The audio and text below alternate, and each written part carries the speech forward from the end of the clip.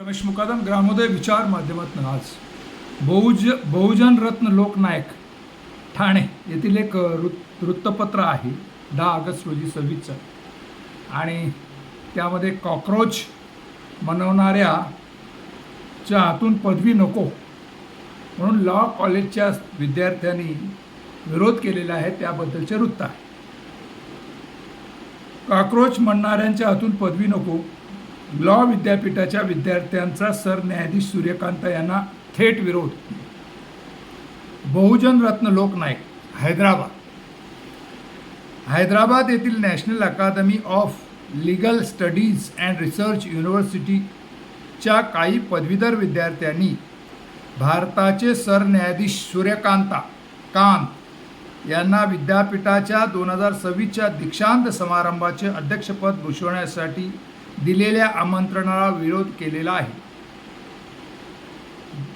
2026च्या बॅचमधील विद्यार्थ्यांच्या एका गटाने कुलगुरू, कुलसचिव, प्राध्यापक आणि इतर विद्यापीठ अधिकाऱ्यांना पत्र लिहून सरन्यायाधीशांना मुख्य अतिथी म्हणून आमंत्रित करण्याच्या निर्णयाचा पुनर्विचार करण्याची विनंती केलेली आहे. विद्यार्थ्यांनी त्यांच्या पत्रात अलीकडेच न्यायालयीन घडामोडीबद्दल चिंता व्यक्त केलेली आहे. यामध्ये जंतर मंतर येथील आंदोलनाबाबत सरन्यायाधीशांचे वक्तव्य आणि त्यांनी भारतीय तरुणांची तुलना झुरळांशी, कॉकरोचची केल्याच्या कथित आरोपाचा समावेश आहे. पत्रानुसार आम्ही स्वाक्षरीकर्ते विद्यार्थी पदवीधर बॅचच्या चिंतेशी सहमत आहोत. सरन्यायाधीशांनी तरुणांना झुरळ असा उल्लेख करण्यापासून ते आंदोलनातील व्हिडिओ पाहण्यास वेळ नसल्यासारखे असंवेदनशील विधाने करून आमच्यासारख्या विद्यार्थ्यांबद्दल उदासीनता दाखवलेली आहे. शैक्षणिक आणि भावनिक महत्त्वाच्या पदव्या देण्यासाठी त्यांना आमंत्रित करणे आम्हाला योग्य वाटत नाही. अशा परिस्थितीत सरन्यायाधीशांना आमंत्रित करणे घटनात्मक उत्तरदायित्व आणि शैक्षणिक स्वातंत्र्याच्या मूल्याशी विसंगत ठरेल असा युक्तिवाद विद्यार्थ्यांनी केलेला आहे.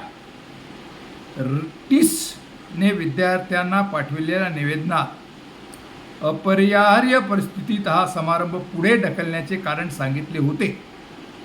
संस्थेने अधिकृतपणे या निर्णयाला सरन्यायाधीशांच्या दौऱ्याशी किंवा संभाव्य आंदोलनाशी कोणताही संबंध जोडलेला नाही.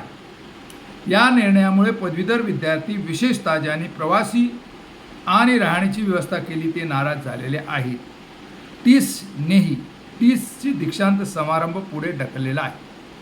सुमारे 2 आठवड्यापूर्वी Mumbai Tata institute of social सायन्सने 2 ऑक्टोबर रोजी होणाऱ्या आपल्या 76वा दीक्षांत समारंभ अवघ्या 2 दिवस आधी पुढे ढकलला होता. संभाव्य आंदोलनामुळे कार्यक्रमास अडथळा निर्माण होऊ शकतो असा सुरक्षाविषयक चिंतेमुळे ऐन वेळी निर्णय घेण्यात आला. या समारंभाला भारताचे सरन्यायाधीश सूर्यकांत मुख्य अतिथी म्हणून उपस्थित राहणार होते. पत्रात नेमके काय मत मांडले आले आहे? युवकांना कॉकरोच म्हणणाऱ्या तसेच पोलिसांच्या हिंसाचाराला पाहण्यास आमच्याकडे वेळ नाही म्हणणाऱ्या CJI सूर्यकांत यांना प्रमुख पाहुणे म्हणून आमंत्रित करण्यात आले आहे. CJI यांनी विद्यार्थी एका प्रकारची उदासीनता दाखवलेली आहे. अशा स्थितीत सरन्यायाधीश सूर्यकांत यांच्या हस्ते पदवी घेणे हे आम्हाला योग्य वाटत नाही असे मत विद्यार्थ्यांनी या पत्रात व्यक्त केलेले आहे. दरम्यान आता विद्यार्थ्यांच्या या मागणीवर विद्यापीठ प्रशासनाने अद्याप कोणतीच प्रतिक्रिया दिलेली नाही. विद्यापीठाने प्रमुख पाहण्याबाबत पुनर्विचार करावा.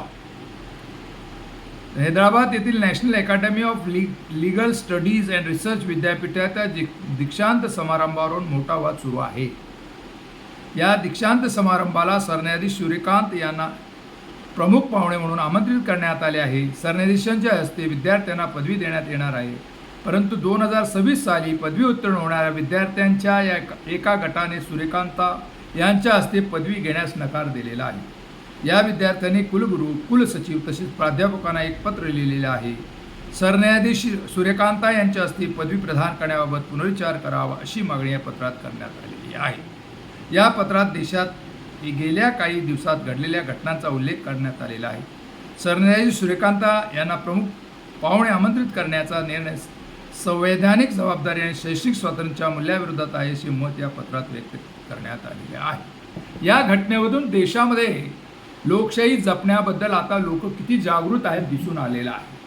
स्वातंत्र्य, समता आणि बंधुता आणि सामाजिक न्याय हे घटनेचे मूलतत्व आहे आणि ह्या तत्वाला कुठेतरी राज्यकर्ते अपुरे पडत आहे, प्रशासन यंत्रणा अपुरी पडत आहे. त्यामुळं लोकांमध्ये आता तीव्र भावना झालेली आहे, विद्यार्थ्यांमध्ये तीव्र भावना झालेली आहे. भारताची लोकशाही वाचवायचं असेल तर आता आपल्याला जनतेलाच जागृत राहायचं आहे. डॉक्टर बाबासाहेब आंबेडकरांनी घटना सादर करताना म्हटले होते, घटना किती जरी चांगली असली तरी त्याची अंमलबजावणी करण्याची लोक जर चांगली नसली तर त्याचा विपर्यास होऊ शकतो. हे आता या भारत देशामध्ये अंमलात येऊ लागलेलं आहे, ते प्रत्यक्ष दिसू लागलेलं आहे. लोकशाही वाचवण्यासाठी आता विद्यार्थी पुढे आलेले आहे.